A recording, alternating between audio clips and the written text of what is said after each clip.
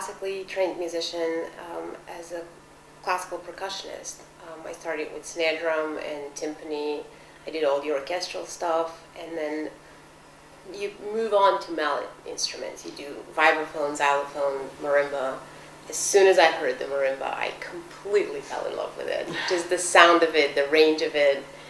There was this masculinity about it, but it's still very sensitive. It was a piano and drums just fused in one, and I absolutely loved it.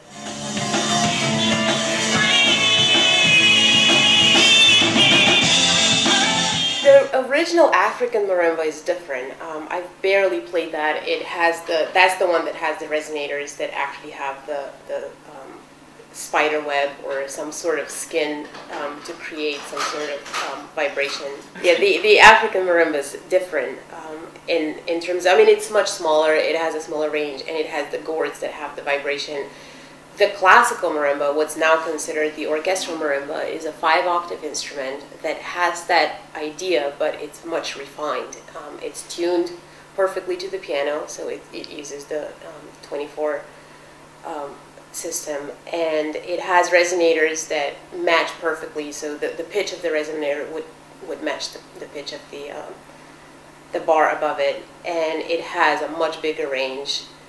It's a beautiful instrument. I mean, it is, and the fact that I kind of got tired of the lack of sustain and pitch control was just completely me wanting to explore something different. But the marimba itself is gorgeous, and now that I've had the MIDI Marimba, I'm actually often finding myself going back to the acoustic one.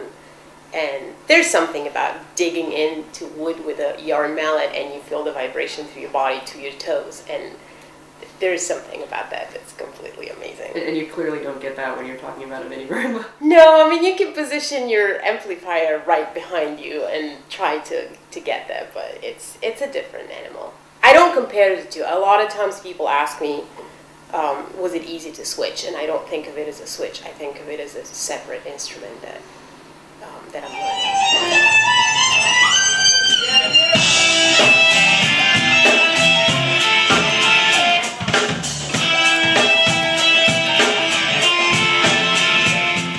So I moved to Boston to go to school for marimba specifically, and I chose Berkeley because there were 2 amazing mallet players who taught there, Nancy Salzman and Dave Samuels.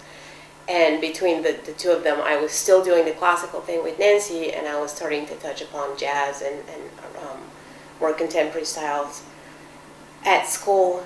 And ironically, by the time I was finishing Berkeley, I was getting really tired of the sound of the marimba.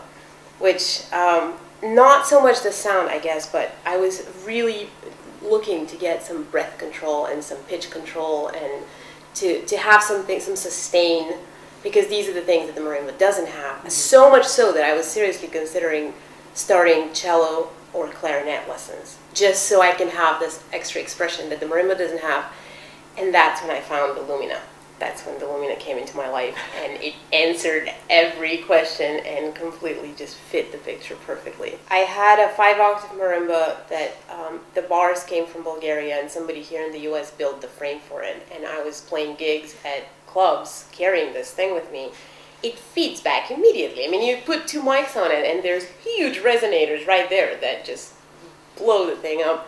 You're still not loud enough to compete with drums and guitars. It's huge. It doesn't fit on most stages that a band at that level can play. And in the end of the gig, everybody leaves and goes drinking, and it takes me another 20 minutes to disassemble the thing and put it in boxes. I mean, it was ridiculous. So when the MIDI came around, it was my last year of Berkeley, and I had just paid $3,000 to a lawyer to work on my artist visa.